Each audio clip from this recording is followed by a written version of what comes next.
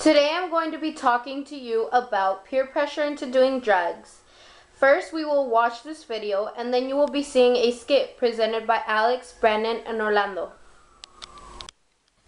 Today we will be presenting the PSA of peer pressure into doing drugs. You will watch this video and then you will see a skit presented by Alex, Brandon, and Orlando. Drop the joint, pick up friends is going to be our tagline for today. Drop the joint just means don't be peer pressured into doing drugs. Don't be pressured into doing what you know is wrong. Pick up friends is pick up some real friends that you know won't make you do those dumb decisions that may hurt you.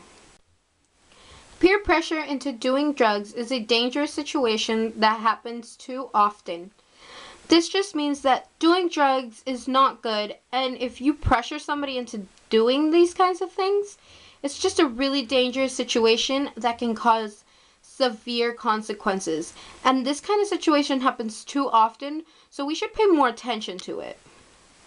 Here are a couple quick facts that I bet you didn't know. The Adolescent Substance Abuse Knowledge Base reports that around 30% of teens are offered drugs in middle school and high school. This is a really dangerous situation because you do not know how many or what percentage of those teens actually take them and do them, which can cause much harm to your body and much harm to people around you and yourself. Here's another one. 3.1 million American teens smoke.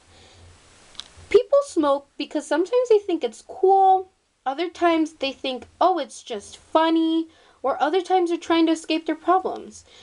But if you're smoking, you're not escaping your problems, you're just creating a bigger one for yourself.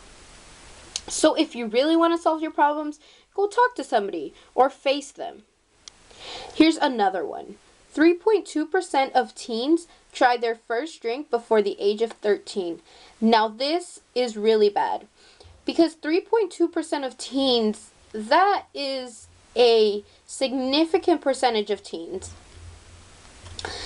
And people try their first drink or their first drug before they're even adults, which is really scary and which is really unsafe and unhealthy for a certain person.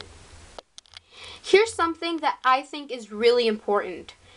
Peer pressure can cause harm to not only you, but also other people.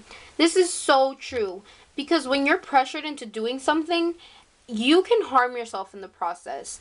And if you do, your family will be emotionally destroyed. You have to think before you do things. You have to think before you speak. And most of all, you have to think before you say yes to that certain person who's pressuring you.